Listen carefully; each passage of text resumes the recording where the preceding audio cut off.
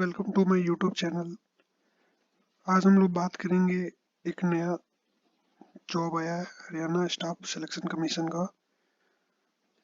तो आज ही डेट है 20/2/2024 को आया था ये, और इसी लास्ट सबमिशन डेट है 21/3/2024 यानी 21 मार्च को। ठीक है, और सबसे बड़ी बात है इसमें कोई फी आपको देना नहीं है। ये आप जनरल से हो, ओबीसी से हो, SC ST से हो या किसी भी स्टेट से हो, आप हरियाणा को, पंजाब के हो, दिल्ली के हो, बिहार के हो, आपको इसमें कोई फीस नहीं देनी है। अब हम बात करेंगे इसमें कितने पोस्ट हैं। तो गाइज इसमें 6000 पोस्ट है पुलिस डिपार्टमेंट में, और ये ग्रुप सी की जॉब है। ठीक है, और आप यहाँ से वेबसाइट देख सकते हो, ये मैं यहाँ पे हाईलाइट कर रहा हूँ। यहाँ से आप डायरेक्ट अप्लाई कर सकते हो। ठीक है, मैं इसका लिंक डाल दूंगा डिस्क्रिप्शन में।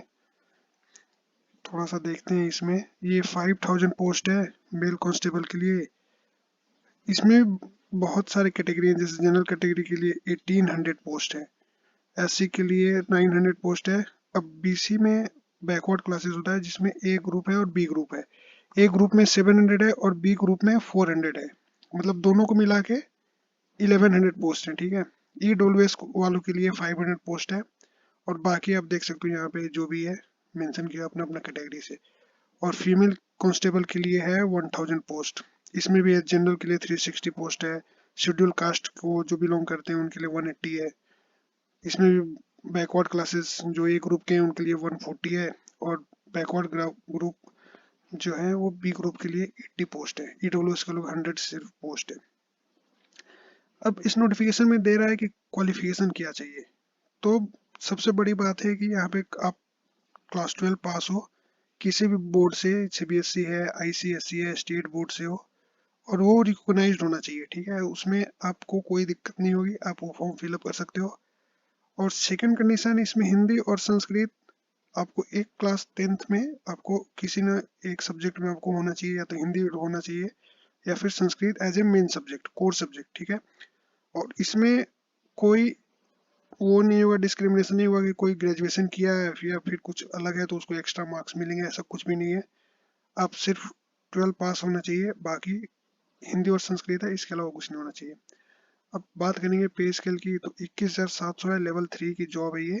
मतलब 21,000 और हाउस रेंट जो भी है वो मिलता है, महंगाई भत्ता जो भी है वो सब मिलेगा आपको। और इसमें मिनिमम एज 18 ईयर्स और 25 ईयर्स मैक्सिमम एज होना चाहिए। और जो 25 ईयर्स एज है वो काउंट होगा इसी महीने के, मतलब फरवरी के 1/2/2024 के पहले। इसके बाद का अगर होगा तो वो नहीं काउंट होगा। ठीक है, इसमें आप रिलैक्सेशन भी है सबके लिए है, यहाँ पे लिखा है ना ऑल कैटेगरीज, यहाँ पे सबके लिए है। और ये वन टाइम ही है, मतलब कि एक ही बार आप फॉर्म फिलअप करोगे तो उसी में मिलेगा, अगली बार से नहीं मिलेगा, उसमें के पास डाटा रहेगा। एक्स सर्विसमैन वालों के लिए भी है। अब पूछेंगे लोग कि कैसे इसका सिलेक्शन होगा, सर क्या होगा नहीं होगा। तो मैं बताता हूँ, इसमें क्वालिफाइंग टेस्ट है, मतलब कि ये पहले 3 स्टेज में होगा। पहले होगा कॉमन एलिजिबिलिटी टेस्ट, मतलब रिटन टेस्ट होगा। उसके बाद फिजिकल मेजरमेंट टेस्ट होगा, जिसमें आपकी फिजिकल जो भी है, हाइट है, फिर रनिंग होगा, लॉन्ग जंप होगा, ये सब देखेंगे कि ये कांस्टेबल पोस्ट है, आपको पुलिस में जाना है। फिर तीसरा जो थर्ड स्टेज है, वो फाइनल स्टेज है, वो फिजिकल स्क्रीनिंग टेस्ट होगा। और ये physical movement test, measurement test और जो फिजिकल स्क्रीनिंग टेस्ट होगी, वो दोनों क्वालिफाइंग इन नेचर, मतलब आपको ऐसा नहीं कि इसमें भी कटअप बनेगा। कटअप केवल आपका कॉमन एलिजिबिलिटी टेस्ट में बनेगा। और ये फिजिकल मेजरमेंट टेस्ट है और ये फिजिकल स्क्रीनिंग टेस्ट है, ये आप देख रहे हो मैं जो हाईलाइट कर रहा हूँ, ये सिर्फ क्वालिफाइंग इन नेचर है। जैसे कि होता क्या है कि जैसे 100 में वो बोल देंगे कि 40% लाना है, मतलब 40 मार्क्स लाने हैं। आप 40 मार्क्स लाओ, 41 लाओ, 60 लाओ, 70 लाओ, कोई फर्क नहीं पड़ता, सब पास है। लेकिन ये जो कॉमन एलिजिबिलिटी टेस्ट है उसमें आपको तो खुद का उसका कटअप बनेगा। इसमें फिजिकल मेजरमेंट टेस्ट में आप देख लो कि क्या होगा, यहाँ पे है मेंशन किया हुआ है। ठीक है, और ये फिजिकल स्क्रीनिंग टेस्ट में उन्हीं का होगा जो सेकंड फिजिकल, मतलब सेकंड वाला जो ये फिजिकल मेजरमेंट टेस्ट नहीं, ये वाला, ये इसमें पास होगा उन्हीं को फिजिकल स्क्रीनिंग टेस्ट के लिए बुलाया जाएगा, नहीं तो आप फिर एलिमिनेट हो जाएंगे वहां से। अब फिजिकल स्क्रीनिंग टेस्ट में देख लो, ये 2.5 किलोमीटर मेल के लिए एड्रेस है, और ये कितने टाइम में क्वालिफाई करना है, मतलब 12 मिनट में। आप 10 मिनट में भी कर लो, कोई दिक्कत नहीं है, लेकिन 12.1 सेकंड भी एक्स्ट्रा हो गया, 2 सेकंड, तो आप बाहर हो जाओगे। फीमेल के लिए भी है, लेकिन उसके लिए क्राइटेरिया ऐसा सेट किया गया 1 किलोमीटर का, और क्वालिफाइंग टाइम है सिर्फ 6 मिनट। एक सर्विसमैन वालों के लिए भी है 1 किलोमीटर करना है 5 मिनट में।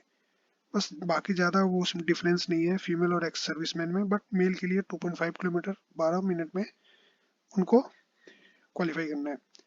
अब इसमें थोड़ा सा इसमें ये है कि इसका जो रिटन टेस्ट है वो अलग टाइप का है, मतलब 94.5% वेटेज है, और जितना 95.5% है वो फिजिकल टेस्ट और उनको मिला के मतलब वो दिया गया है।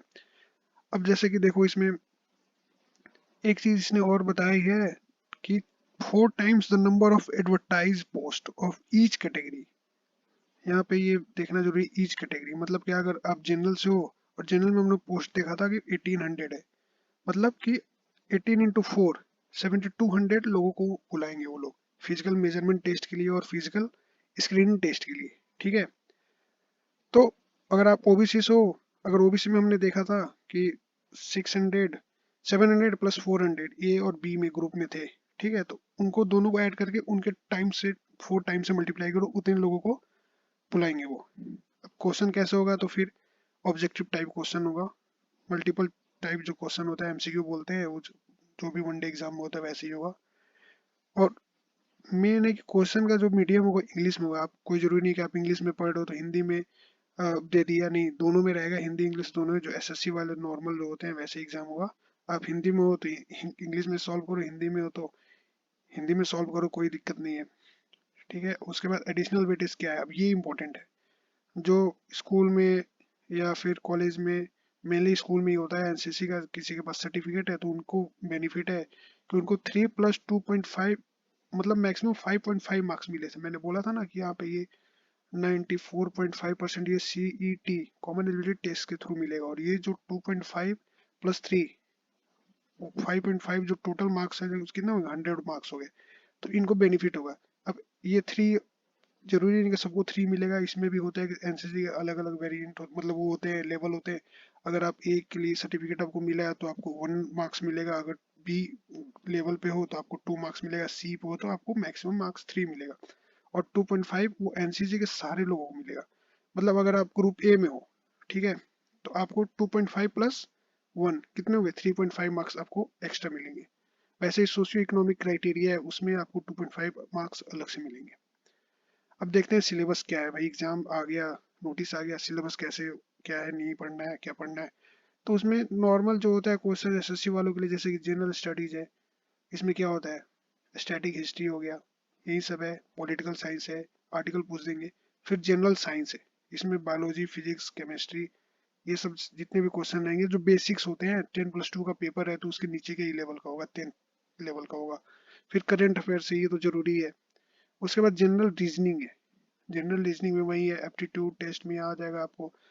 जनरल रीजनिंग में क्या आएगा, जैसे कि मिरर आ गया, फिर ब्लड रिलेशन आ गया, कोडिंग डिकोडिंग आ गया, जो एसएससी वालों को सिलेबस है वही है।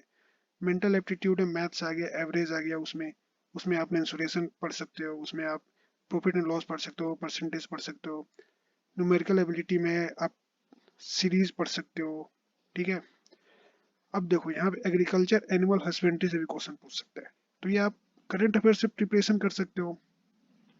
और एक बात जानने की और है कि at least 10% question related to basic knowledge and of computer, मतलब आपको बेसिक नॉलेज होना चाहिए।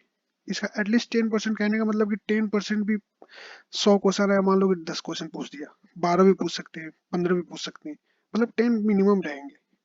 और देखो 20% question related to basic knowledge about Haryana, मतलब हरियाणा से रिलेटेड करंट अफेयर्स आ सकते हैं, वहाँ का स्टैटिक से आ सकता है रिलेशन। और ये 20 क्वेश्चन मिनिमम हो सकते हैं। 20% 100 का होगा तो 20 क्वेश्चन हुए, ज्यादा होगा 200 का क्वेश्चन का रहेगा तो उसमें से 40 हो गए। तो मतलब 20% रहेंगे ही रहेंगे, ज्यादा भी हो सकते हैं, 25% हो सकते हैं, 23% हो सकते हैं। ठीक है, अब देखो ऑफलाइन में पेपर होगा, बहुत लोग सोच रहे होंगे कि यार ऑफलाइन होगा कि क्या होगा, तो ऑफलाइन होगा, ओएमआर बेसिस पे होगा, जो भी क्वेश्चन आएगा आपको उसमें फिलअप करना पड़ेगा। इसमें निगेटिव मार्किंग नहीं है, ये नहीं जाना कि मुझे करना नहीं है, कि अरे यार नहीं आ रहा है तो छोड़ देता हूँ या फिर गलती कर दूं, नहीं, निगेटिव मार्किंग नहीं है, तो आपको 100 क्वेश्चन करने ही करने हैं। लिखा है ना, number of question will be 100 with 90 0.945 marks, ये 1 मार्क्स के क्वेश्चन नहीं होंगे।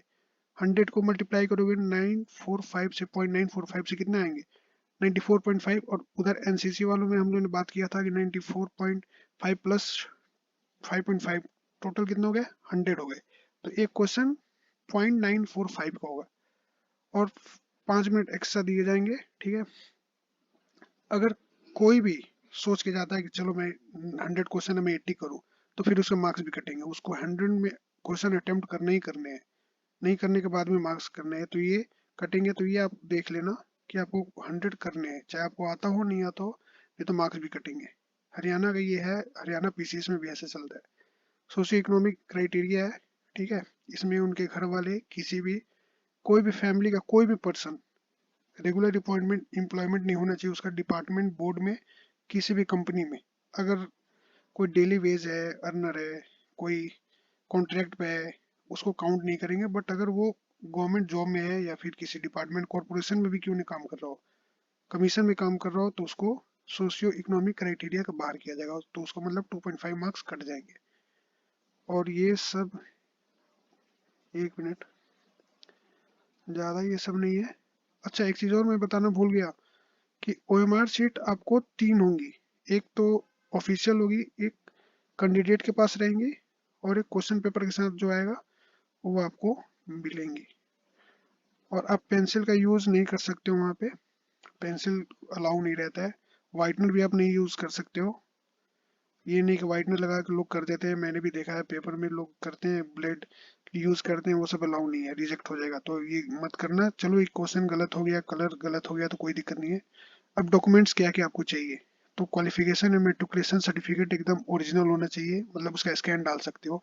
अगर आप कास्ट से बिलोंग करते हो, रिजर्वेशन से, तो एससी बीसी पीसीबी जो भी है, ईडब्ल्यूएस, ठीक है, ये आप रेडी रखो। और फोटोग्राफ होना चाहिए, सिग्नेचर होना चाहिए, और रेसिडेंस मांग रहे हैं यहाँ पे, ये इंपॉर्टेंट है हरियाणा का।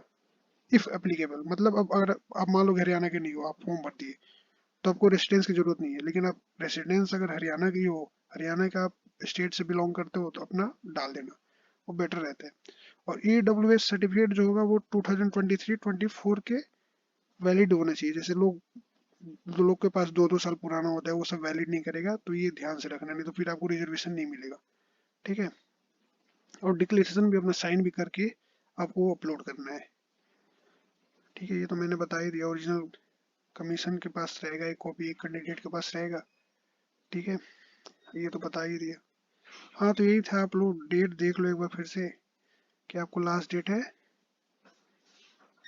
3 मार्च में था। एक सेकेंड,